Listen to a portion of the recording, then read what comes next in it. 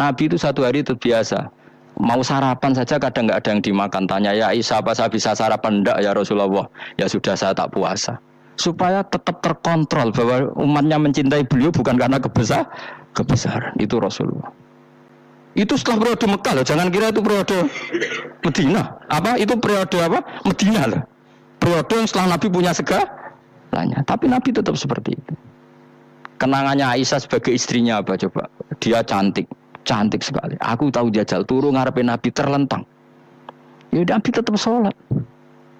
Nak beliau sujud sikilku tak ingkretno. Nak beliau ngadeg tak lonjoro meneh. Dadi Aisyah ku wa ana muqtaridotun bene adi turu terlentang. Dadi cara ya sudah terlentang itu. Nabi nak sholat suwi dia tetap sholat sampai selesai. Oke itu bojo ayu orang ora sholat. Bojo elek ora sholat. Bojo elek amen junub menawa. Wis ora kena go contoh wong kasus ora kena itu. Kowe di bojo ayu perawan turu karepmu sida salat ora bos misale lho. Pemenang wong jegoten wae tambah over. Mustafa kalau ora nyek jegoten liyane ora usah tersinggung. Mergo nang nyek wong akeh dosa, nang nyek wong sitok ora. Misale dosa wis tak hitung mau ke sore. Aku ngenyek dosa sitok, mulang ganjarane 10, cek susuk piro? 9. Dadi cek surplus orang dagang ya cek. Cek badi. Iku kan adene ra ikhlas. Ora ra ikhlas aku ya ra ikhlas ilmuku, malah lara deh. Malah neraka ping 13 dene. Makanya ini dipikir ya, saya ulang lagi harus dipikir secara matang-matang bahwa kita tidak boleh terlena oleh kehidupan dunia. Menjadi bodoh kan Anda minum teh, kemudian anak Anda jatuh di pinggir Anda. Paham ya? Nah sekarang menyangkut mukjizat. Ini masih tentang ayat ini, nanti sampean tahu logikanya. Tak bedain, tidak jawab satu-satu aja. Karena iman syaratnya harus tahu. Fa'lam itu tahu. Fa'lam annahu la ilaha illallah. Ketika sekarang telur, saya memberitahu misalnya, telur ini dadi pitik, cara kowe mungkin tau. Ayo jawab satu-satu. Mungkin kan? Tapi pertanyaannya, saat telur menjadi pitik kemudian mungkin, dan ayam ini bisa terbang, bisa selingkuh, bisa punya anak turun, itu menjadi mungkin itu kan kamu pun tidak ikut menciptakan. Ikut gak kamu menciptakan telur menjadi ayam? Tidak kan? Kan di luar kudrah kamu, di luar kemampuan kamu. Tapi kamu bilang itu mungkin. Ada onta yang buting, yang sudah hamil, sudah. Kamu bilang, nanti onta ini mau punya anak. Dan anaknya nanti bisa jalan seperti induknya. Kamu katakan apa? Mungkin. Tapi saat Anda katakan mungkin, Anda ikut menciptakan enggak? Enggak kan, tetap itu kudrahnya Allah. Tetap itu. Maka para nabi itu tidak tahu bedanya antara onta yang keluar dari indukannya dan keluar dari batu. Itu syaratnya jadi nabi, syaratnya jadi wali. Nah, saya kira ono nabi. Makanya Nabi Soleh ditakoki, bukti nak kudrah pangeran ubi. Lah kamu minta apa? Kata Nabi Soleh. Silahkan ada onta keluar dari batu itu. Nabi Soleh bisa. Ya tenan terus onta keluar dari batu. Terus kaumnya gawok. Wah kok hebat tenan onta metu kok batu. Jare Nabi Soleh, ya padha karo onta lahir kok indukane. Bedane apa? Ya beda. Lah bedane apa? Metu kok watu kok ora melok gawe. Metu kok indukane kok ora melok gawe. Bedane apa? Tapi utak temu kena hijab, cowok niku ana bedane. Cara nabi-nabi ora roh bedane. Lah kula termasuk warasatul anbiya ya ora roh bedane cara kula. Waras utek kula niku waras. Lha yo misale kowe cara iman seperti itu yakin dadi wali. Wes amatir-amatir lah wali swasta lah, wis pokoke iso dadi wali. Jadi manusia itu lucu, sesuatu yang dia pun tidak bisa, iku sok bedakno. Kalau telur menjadi ayam mungkin. Sapi keluar dari indukan mungkin, biji padi menjadi padi besar mungkin, tapi nak watu kok jadi biji padi mukhal. Lu saat yang dikatakan mungkin itu apakah manusia ikut memberi? Tidak kan, ikut menciptakan.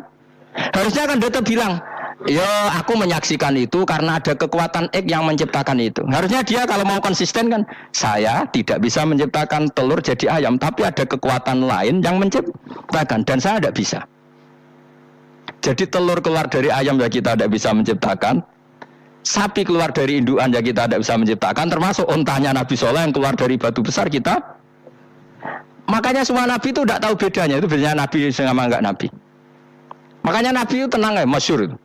Ketika perang Khandaq, Nabi itu kelaparan. Kemudian Jabir datang, ya Rasulullah, istri saya menyiapkan makanan untuk orang 6 karena kambingnya hanya kecil. Maka hanya orang 6 saja engkau boleh datang ke situ.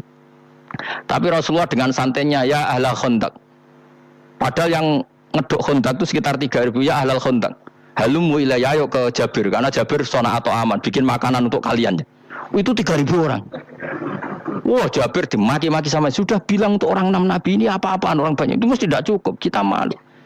Nabi santai bilang ke istri kamu, Jabir jangan buka makanan itu kecuali saya. Ya pakai Nabi matur pengiran, Gusti ini cukupkan untuk orang banyak. Sama Allah di ACC ya terus cukup. Karena bagi Nabi tahu betul.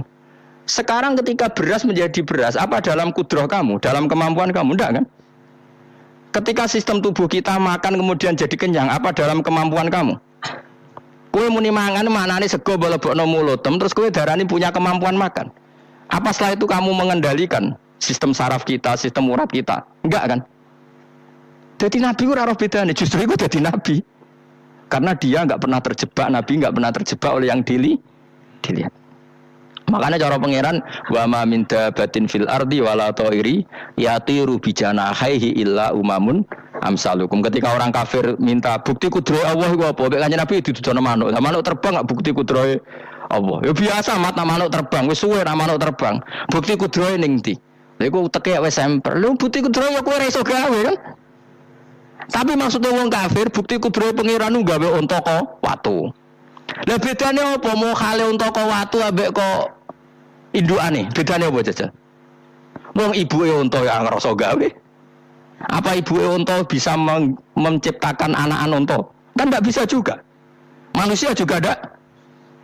Jadi itu wis cukup dadi kudrohe Allah. Tapi manusia angger barang sering terjadi darani mungkin. Maknane mungkin dekne sing nentukan mungkin atau tidak. Padahal zaman mungkin pun dia tidak ikut menciptakan. Ini eling-eling. Makanya itu kenapa Allah akhirnya bikin mukjizat supaya orang itu ingat kedahsyatan kudrohe Allah. Sebetulnya mukjizat itu tidak penting. Maksudnya tidak penting tadi untuk iman sebetulnya tidak perlu mukjizat. Makanya ketika Rasulullah SAW ingin nuruti mukjizat yang diminta orang kafir, Allah malah ngelingno inna fi khalqis samawati wal ardi waqtilafil laili wan nar. Sajane ana langit, bumi, ada lautan, ada apa itu sudah bukti kudrohe Allah. Nah sekarang mukjizat kok onteni unta keluar dari apa tadi? Batu, onteni Nabi Soleh. Lautan merah diseblak tongkatnya Nabi Musa terus terbelah. Itu dari mukjizat. Kalau itu maknanya mukjizat karena manusia tidak mampu, apa manusia mampu bikin lautan? Kan tidak mampu juga. Kenapa itu tidak dikatakan mukjizat? Lagi-lagi karena wis kena mataul hurur. Paham jelas ya? Makanya kata Allah, saiki wong ora percaya hari kebangkitan. Alasannya masa manusia jadi tanah menjadi manusia? Lagi memangnya manusia yang sekarang hidup itu dari apa coba? Sengke nado melok pileg, pilpres, melok dukung mendukung itu memangnya dari apa coba? Dari tanah kan? Mestinya hari kebangkitan sejati ya sekarang ini orang-orang dari tanah sekarang berkeliaran ini ono sungguh jalalan ngalor ngidul maknani. Iku yo kok lemah. Kemudian setelah jadi tanah mati, orang ingkar, wah ini nggak mungkin jadi manusia lagi. Padahal zaman sekarang jadi manusia itu karena kudrahnya manusia apa karena Allah? Karena Allah. Dan manusia sekarang dari tanah apa enggak? Dari tanah. Harusnya ya berpikir seperti itu. Kalau kudrahnya Allah bisa menjadikan manusia sebanyak ini dari tanah, tentu Allah tetap mampu nanti setelah jadi tanah menjadi manusia lagi. Nah itu malah kula nu wedi urip nggih wedi tenan karena tadi dari hidup menjadi tidak tahu. Anna sunyamun wa idza matu intabau. Kita semua punya tidur setelah mati baru bangun karena baru tersadar. Makanya analogi itu penting, kias itu penting. Ya saya beri contoh berkali-kali saya menyontohkan. Sampean tak warai hujah ulama. Nanti pasti sampean taslim itu pasti nyerah. Kalau kamu disebut jeleknya oleh orang lain, kamu mangkel enggak? Mangkel kan? Itu Imam Ghazali gini, kamu tak kasih resep supaya kalau ada orang mengingatkan kejelekan kamu itu tidak mangkel. Apa itu resepnya? Misalnya gini, di baju saya ini, inna fi thawbika akroban wahayatan. Di baju kamu itu ada kalajengking yang berbisa. Atau ada ular yang berbisa. Ada orang mengingatkan itu. Kamu terima kasih apa enggak? Terima kasih. Karena ada sesuatu yang bahaya di diri kamu, diingatkan. Dan karena diingatkan itu Anda terus bisa menghilangkan sesuatu yang bahaya tadi. Sekarang kamu punya sifat hasud. sifat drengki, sifat riya, sifat-sifat yang buruk. Itu sesuatu yang mencelakakan kamu di akhirat. Kemudian ada orang mengingatkan itu, harusnya kan kamu matur nuwun karena sifat yang buruk kamu diingatkan, kemudian kamu berusaha menghilangkan. Wong diingatkan ada kala jengking yang hanya madorot di badan kamu saja kamu terima kasih, ini diingatkan ada hasud drengki yang madorotnya dunia akhirat. Kamu tidak terima kasih. Jadi itu ulama dulu. Jadi kalau bikin hujah itu gampang sekali.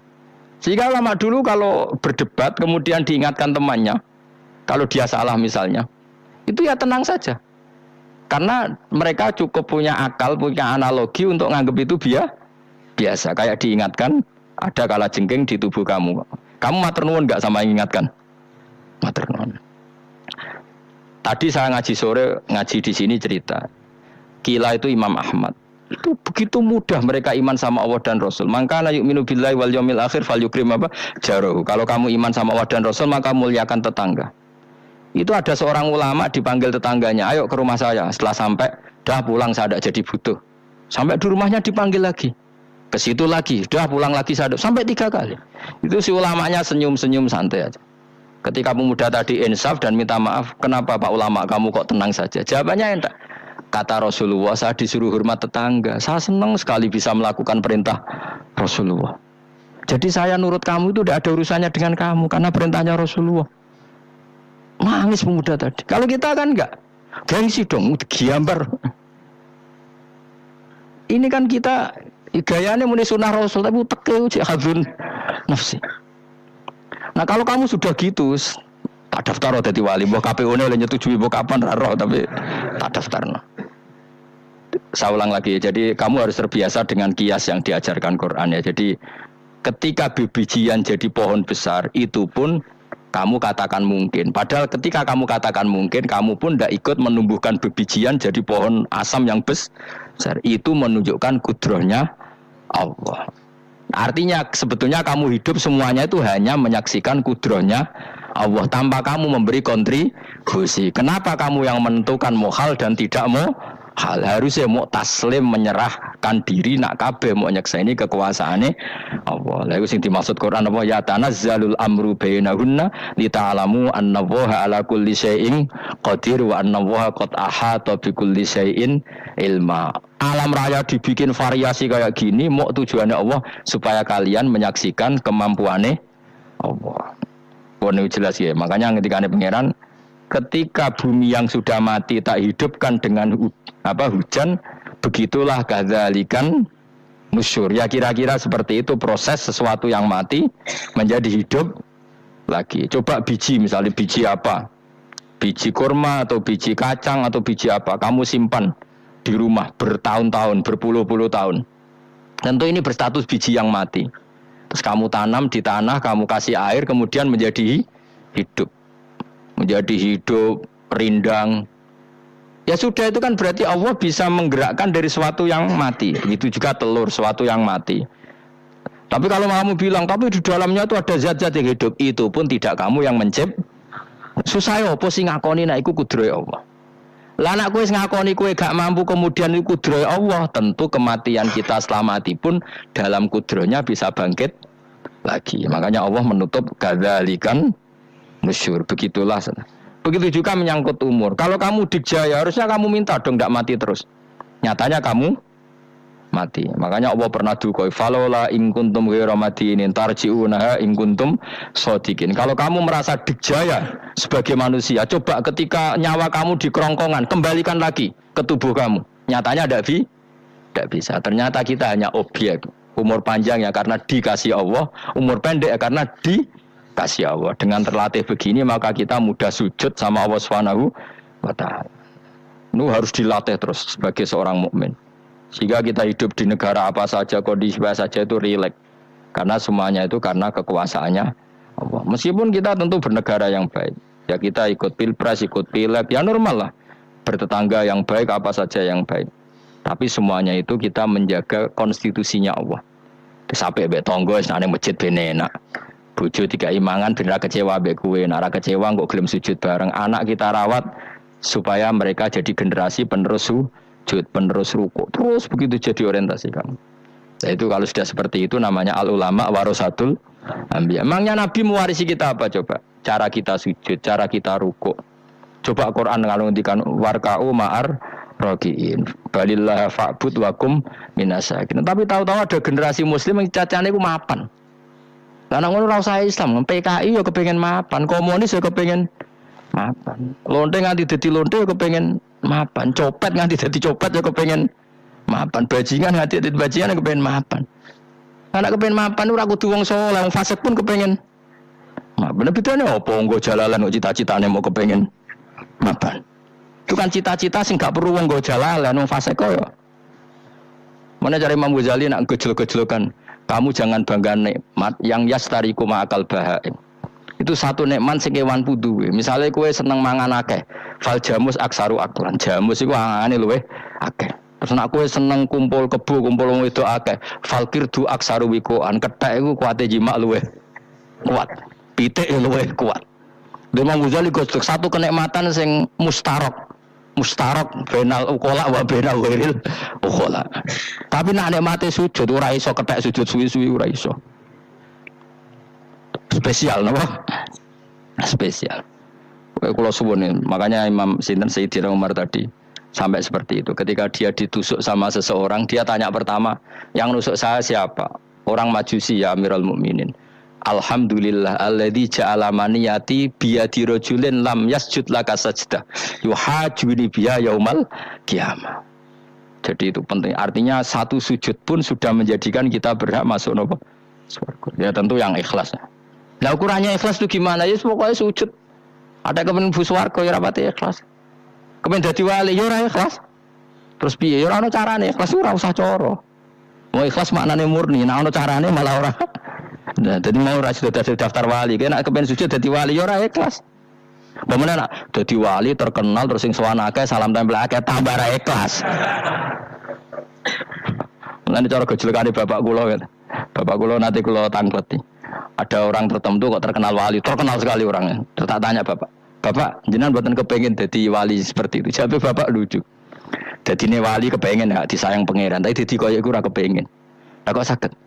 Lah wis dadi kula dadi salam tempel, engko nang opahe mau ikut tok. Saking ikhlasnya bapak saya.